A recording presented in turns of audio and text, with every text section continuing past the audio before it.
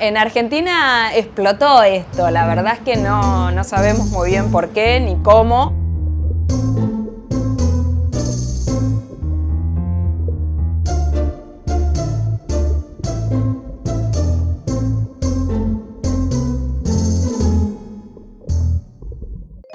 El Schmidt Ocean nos había comentado que ellos hacían estas transmisiones en vivos de cada una de las inmersiones, que les gustaba que haya un contacto con aquellas personas que se conectaban. Creo que transmitimos esa pasión y esa alegría que nos provoca a nosotros estar acá, pero nunca jamás imaginamos que tanta gente se iba a conectar, que iba a estar interesada, que se iba a asombrar de la misma manera que nos asombramos nosotros al descubrir y al ver toda la vida que alberga las aguas profundas de este cañón submarino. En realidad nosotros no somos los protagonistas, pero el protagonismo lo tiene el fondo marino y la fauna que hay.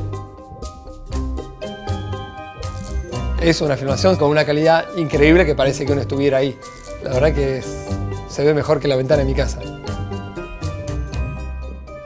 Cada uno de los que estamos acá embarcados se ha emocionado por distintos animales y distintas situaciones. El cambio de ambiente es algo que nos llama mucho la atención, que de repente nos topamos con paredes llenas de corales, con su variación de colores, con toda la fauna que suele estar asociada.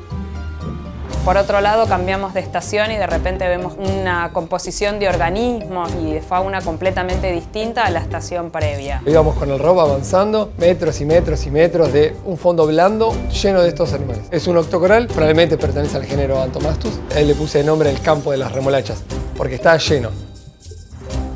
Otra cosa que más me impactó fue encontrar los arrecifes de Batelia cándida, esta especie de coral duro. Cuando bajamos y los vi me olvidé de todo, fue una cosa increíble.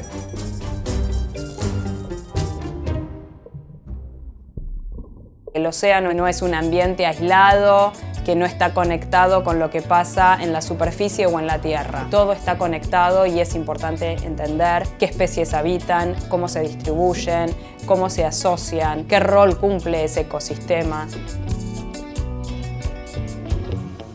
Cada uno de nosotros nos enfocamos en un grupo distinto de animales, ¿no? Yo estoy con los isópodos, pero hay gente que está con anémonas o con corales, con caracoles, con estrellas de mar, pepinos de mar. El número de potenciales especies nuevas realmente es muy alto.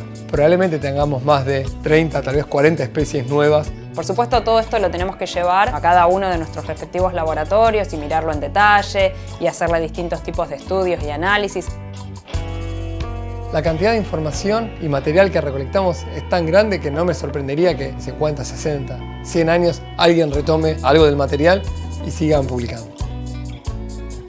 Nuestro interés es que esto se mantenga vivo a través de la comunicación en colegios, charlas educativas, tal vez alguna exposición en museos, en universidades. Uno como científico tiene ganas de generar conocimiento y poder transmitirlo y hacerlo accesible a la gente. 2.340 metros. Y vamos a agarrar este erizo tal vez. Ya casi lo tiene, lo vacian. Vamos y atacó su vacian de una manera muy rara. Eso particularmente nos emociona muchísimo. Que los niños estén considerando dedicarse a una carrera de ciencia. Nos da mucha energía para seguir adelante, con la voluntad de generar un conocimiento que pueda ser útil para la sociedad.